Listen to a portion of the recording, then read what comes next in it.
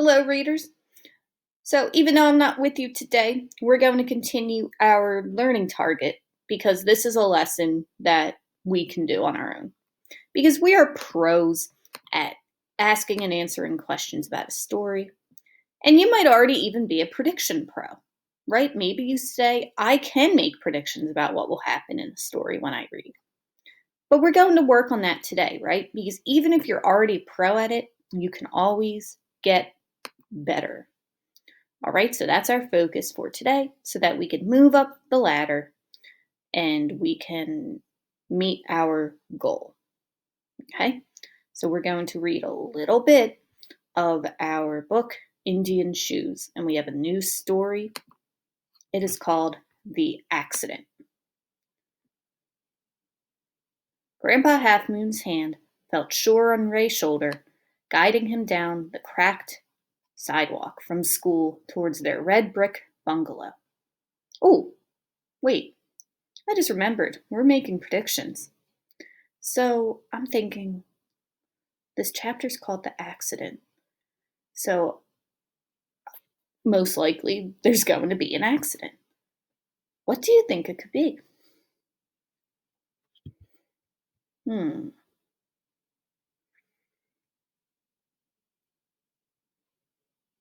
Okay, I'm going to continue reading when in 5 seconds. If you need more time, hit pause. 5, 4, 3, 2, 1, 0, go. That afternoon, the bus stop looked run down. A trash can band banged, rat-a-rat, clop, plop, and Annie's children's bookstore was closed for remodeling. But Ray didn't mind. He was too excited. It's an art contest, he told Grandpa, for all the kids in the city. The 3 big winners' pictures are going to be hung up in the window of a store on State Street. Grandpa grinned. I guess that means you'll be entering. Maybe I'll win a blue ribbon, Ray said. We could take the L train to see my picture, and we could grab some hot dogs. Your mama loved to paint, Grandpa said. She'd paint the side of a barn or a barn on a canvas.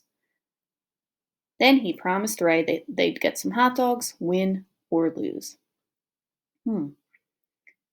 So Grandpa is telling Ray something about Ray's mother. Why do you think that is? Oh, that's right. I remember. Yeah, we learned in our last story that sadly Ray's parents passed away in a tornado. So Grandpa is raising Ray. And Ray was only a baby when they passed away, so he doesn't remember them at all. That's sad, but he is lucky that he has Grandpa. Ray held out his hand to seal the deal, and Grandpa shook it. Oh, what was the deal again? Oh, yeah, that's right, that they'd get some hot dogs either way, if he wins the contest or not. After finishing up his math homework, Ray decided it was time to paint. Bandit the ferret perched on Ray's shoulder, watching him dip the paintbrush in a Dixie cup of clear water. Ray had placed one of Grandpa Half Moon's moccasins on the bookshelf beside his antique desk. He stared at it a few minutes, and then moved the brush wand to cover the bristles with brown paint. Before long, Ray had created a blob on his paper. He squinted at it this way and that, wondering if the blob could pass for a shoe. Oh, so he has the shoe there because he's painting it. Just then, Grandpa shuffled into the room in his slippers and plaid pajamas. Not noticing his own moccasin, he remarked, My, that's sure a fine potato. Ray turned off his brass desk lamp, scrambled under his woolly blanket, and tried not to show his hurt feelings. Oh. He knew Grandpa would have never said anything to make him feel bad on purpose. Ray just couldn't paint like his mama had. After Grandpa had kissed his forehead and shuffled out, Ray listened to the rain whisper against his stained glass window. It's okay, he thought. I've got until Friday.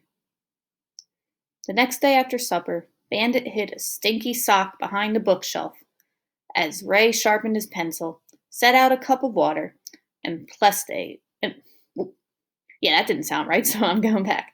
And placed a fresh sheet of paper on his antique desk. Searching for inspiration, Ray spotted a book titled Dinosaur. Oh, so wait, I'm going to make a quick prediction here. Ray is going to find a dinosaur he wants to paint. He flipped through until finding a photo he liked and then carefully sketched a fierce T-Rex. All right, my prediction was correct.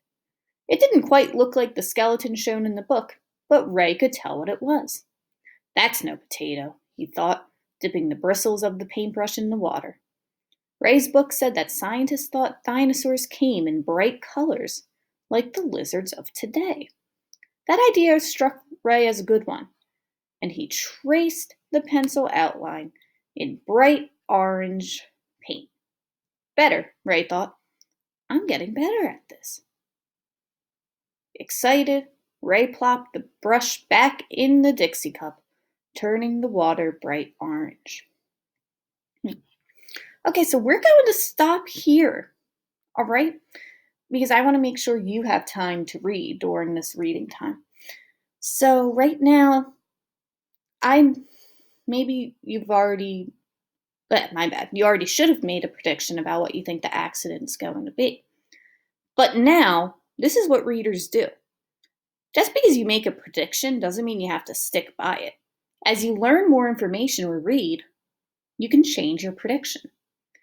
So right now, I predicted that there would be an accident when they were walking to school, right?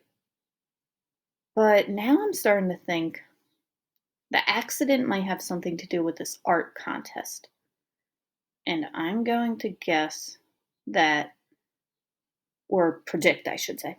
I'm making a prediction that there's going to be some accident with paint. He's going to get paint on something he's not supposed to, and it's going to be hard to get out. That's what I predict the accident will be. I want you to make your prediction right now, too. And if you want to stick by your original prediction, that's fine, too. All right? So you're making your prediction. All right. And keep it in your brain because tomorrow we will see what happens. All right, so now it's your time. You are going to read for 30 minutes, and I want you to practice making predictions in your reading, okay? If you have those little sticky notes that I had in your blue bags of supplies, it's a good idea to maybe put a sticky note in the pages where you have a prediction so that you can keep track of it, or you can just write it down any other place, okay? So as you're reading today for these 30 minutes, you are going to make a prediction.